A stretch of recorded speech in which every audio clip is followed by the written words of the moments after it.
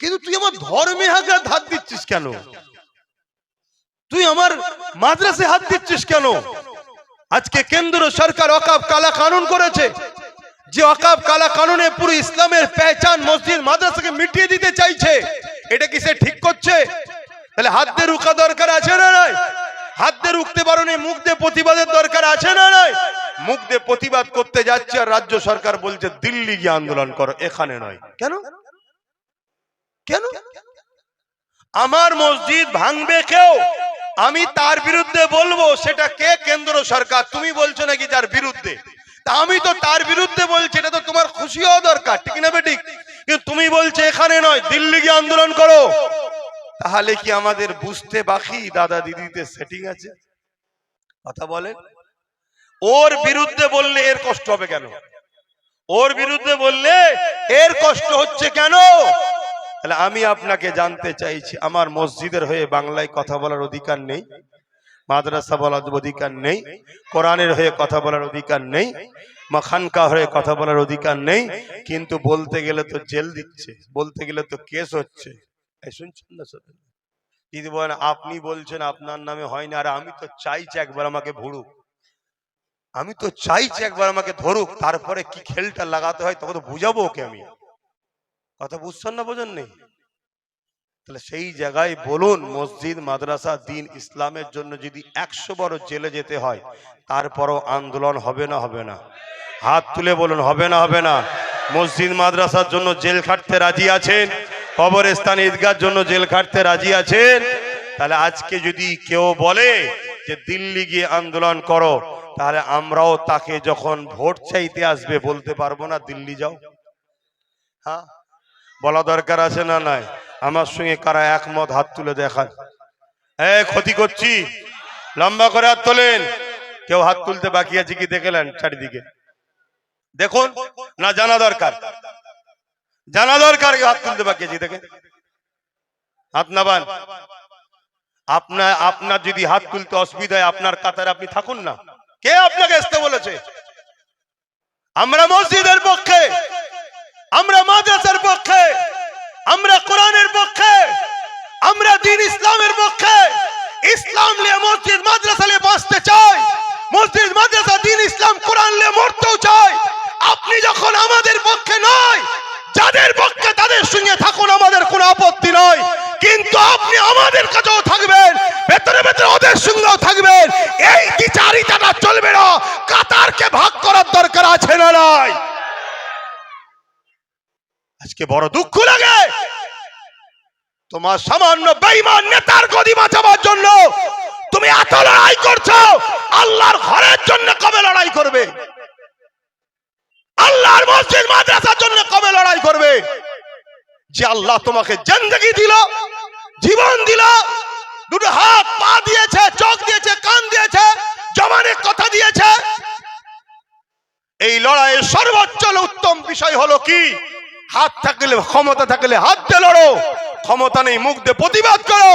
প্রতিবাদ করার যদি ক্ষমতা না থাকে, কমসে কম অন্তর থেকে ঘৃণা করে সরে যাও। যদি এরপরে তাও না করে তুমি মসজিদ মাদ্রাসা ইসলামের দুশ্মনদের সাথ দাও, কিসের তুমি মুসলমান? তোমার জানাজা হয়তো কোনো ভিআইপি পীর সাহেব এসে পড়বে, যদি জানার পরেও পীর সাহেব পরেও পীরের নামে কলঙ্ক ছাড়ার কিচ্ছু নয়। আর না জেনে যদি পরে আল্লাহ তাকে মাফ করবে, কিন্তু তোমার কবরে তুমি রেহাই পাবে না।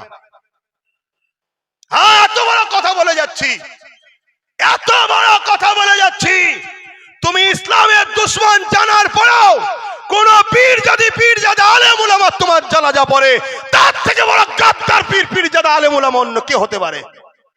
আর না জেনে যদি এসে পড়ে, আল্লাহ তাকে মাফ করবে কেন সে জানে না, কিন্তু তোমার রেহাই নাই।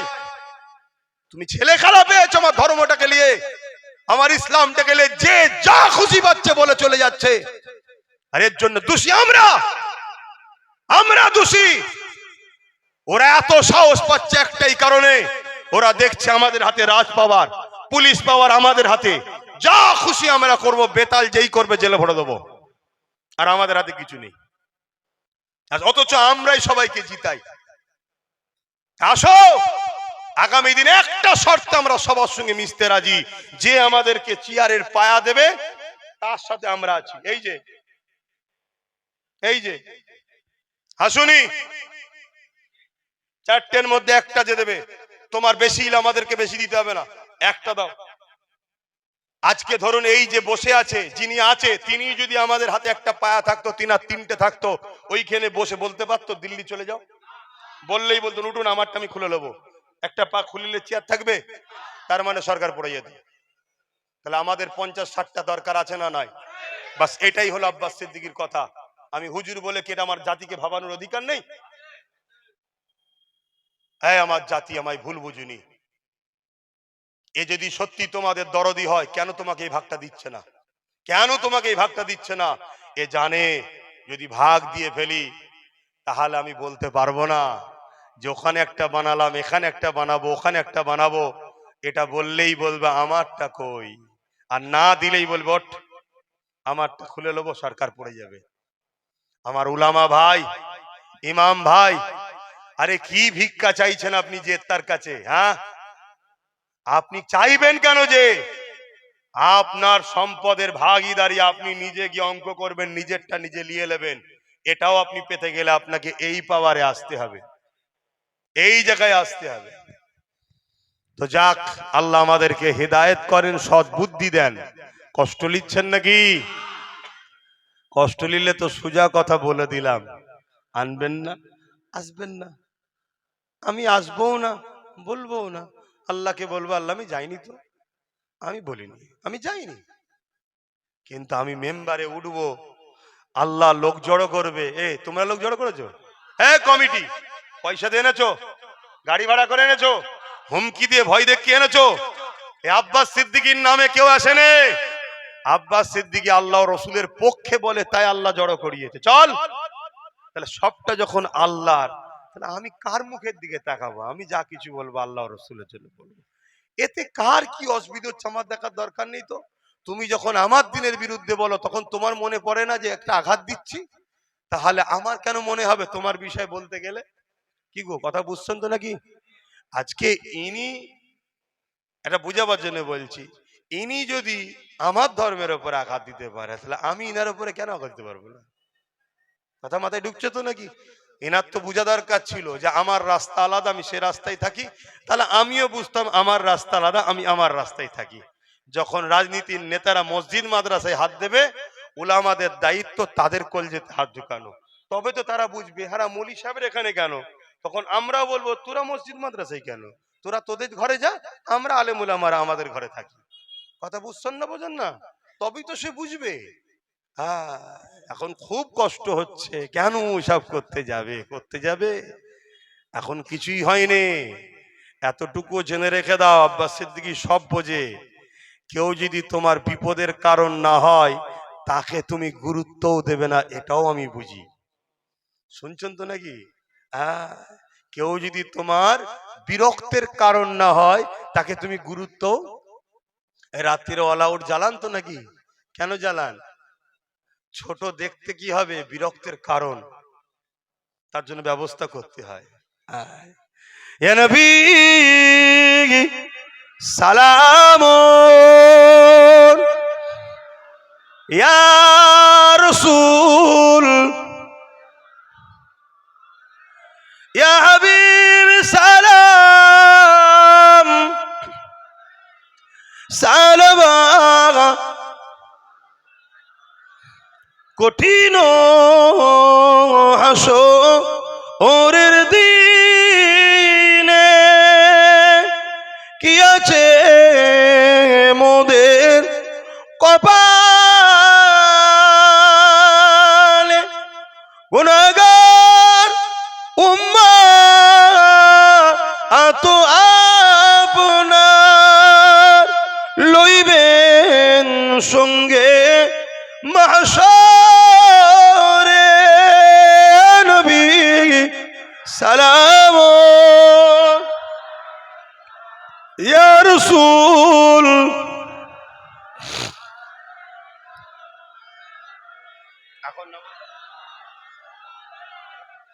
আমার বাপজানেরা,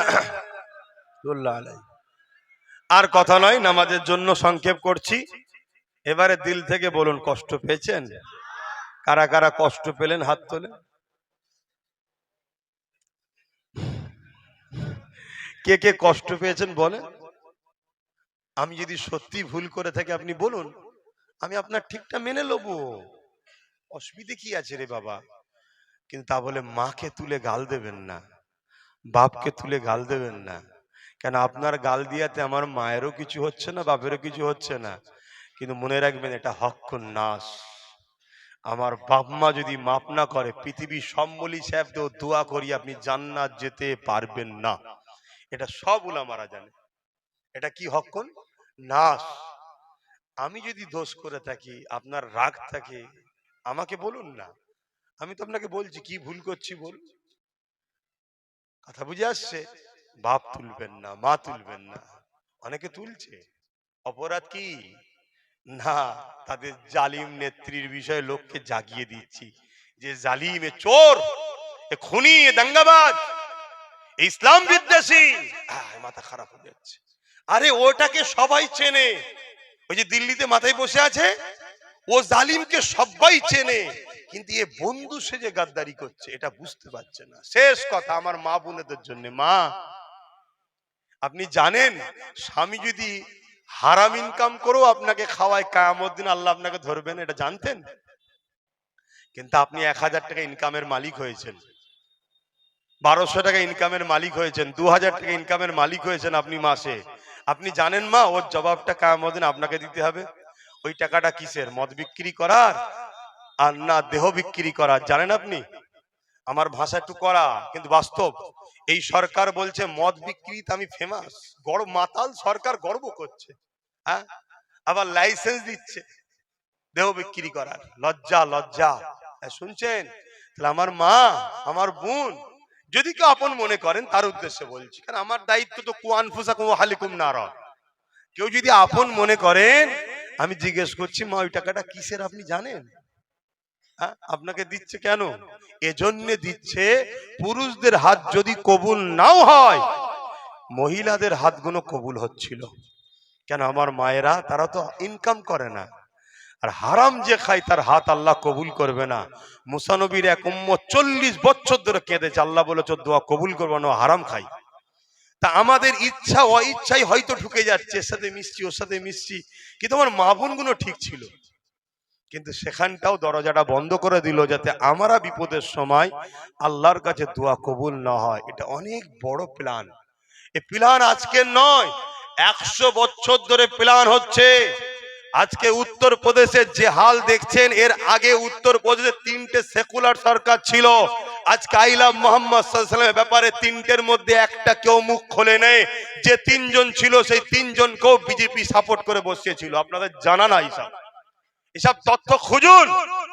আজকেও যাদেরকে আমরা সেকুলার মনে করে ছুটছি, এদেরকেও বসিয়ে এদের দ্বারা হারাম খাইয়ে খাইয়ে খাইয়ে খাইয়ে আমাদের প্রথম ভেতরটা খারাপ করছে। তাই মলি সাহেব, আলেম সাহেব ভালো কথা বললে আমাদের পছন্দ হচ্ছে না, আমাদের পছন্দ হচ্ছে ইসলামের দুশ্মনের কথা বলিয়ে।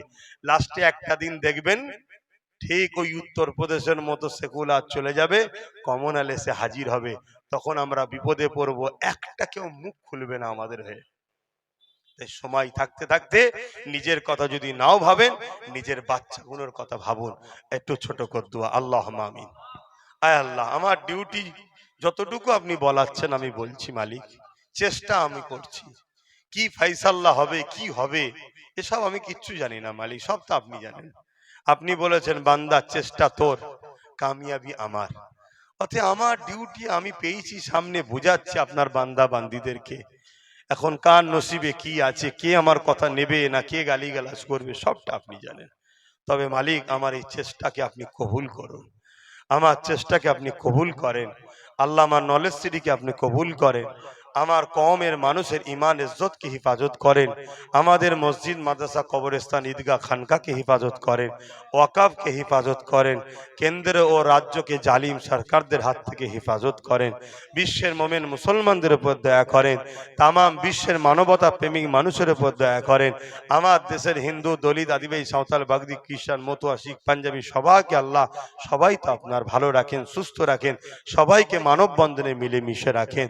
আয় আল্লাহ আমার আমার ছোট ভাই নওশাদ, সে মানুষের জন্য, ন্যায়ের জন্য, দেশের জন্য, সমাজের জন্য তাকে ন্যায় পরায়ণ নেতা বানাবেন, তাকে কামিয়াবি দেবেন, বিজয় দেবেন, তার রাস্তার কাঁটাগুলো পরিষ্কার করে দেবেন। আয় আল্লাহ, আমার নলেজটিকে কবুল করুন। আমার আব্বা আম্মা, ভাই বোন, স্ত্রী বাচ্চা সকলের উপর দয়া করেন। আমার দাদা পীরের সিলসিলা, আলেম উলামা, খলিফার আওলাদ, দাদা পীরের আওলাদ সবাইকে মিলে মিশে রাখবেন, সুস্থ রাখবেন। হকের উপরে এক হওয়ার তৌফিক দেন, ন্যায়ের উপরে এক হওয়ার তৌফিক দেন। মসজিদ, মাদ্রাসা, দ্বীন, ইসলাম, জাতি, কওমের মানুষকে বাঁচাবার জন্য এক হওয়ার তৌফিক দেন। এই মাদ্রাসাকে কবুল করেন। খাস করে আমার 3টি হাফেজ সাহেব ভাই, আজ ভাইরা আপনার পাক কালামুল্লাহ শরীফ পড়েছে, আল্লাহ ভাইদের এটাকে কবুল করে নিন। কিয়ামত পর্যন্ত স্মৃতিকে ভরে রাখার তৌফিক দেন আল্লাহ। কিয়ামতের দিন আল্লাহ কোরআনকে সাথে করে নিয়ে ময়দানে মাহশরে ওঠার তৌফিক দেন। এবং এই তুলাবা ভাই এবং ইনাদেরকে যারা শিক্ষকতা করেছেন, উস্তাদ হযরত, তিনাদেরকে আল্লাহ একসাথে জান্নাত যাওয়া নসিব করবেন। আল্লাহ যে যা আসালে হাত তুলেছে কবুল করেন। আল্লাহ সবার জন্য দোয়া চাইলাম। আমি অধম, আমার জন্য কি করব মালিক, আপনি আমার উপরে নারাজ হয়ে যাবেন না। আমার যদি চলার পথে কিছু ভুল হয়, ইচ্ছা হয় ইচ্ছায়, আল্লাহ আপনি তো দয়ালু, আল্লাহ আপনি আমাকে হেদায়েত করেন, হেফাজত করেন, মাফ করে দেন। রেগে যাবেন না মালিক, আপনি রেগে গেলে আমি ধ্বংস হয়ে যাব। আল্লাহ হাসবুনাল্লাহ ওয়া নি'মাল ওয়াকিল, নেমাল মাওলা নেমান নাসির, আপনি ছাড়া আমার কেউ নেই। আমি আপনার সাহায্য চাই, আপনার ভরসায় ঘুরি, আপনার হাওয়ালাই ঘুরি। কোথা না কোথা আপনি আমায় নিয়ে যান, সবটাই আপনার ভরসা, আপনার দয়াতে আমি ঘুরে বেড়াই। আপনি আমার উপরে নারাজ হয়ে যাবেন না, আপনি বড় দয়ালু। আপনি আমার প্রত্যেকটা ভুল পদক্ষেপ থেকে দূরে রেখে ন্যায়ের পথে চলার তৌফিক দেবেন। বারহাক কালমাতি লা ইলাহা ইল্লাল্লাহু মুহাম্মাদুর রাসূলুল্লাহ।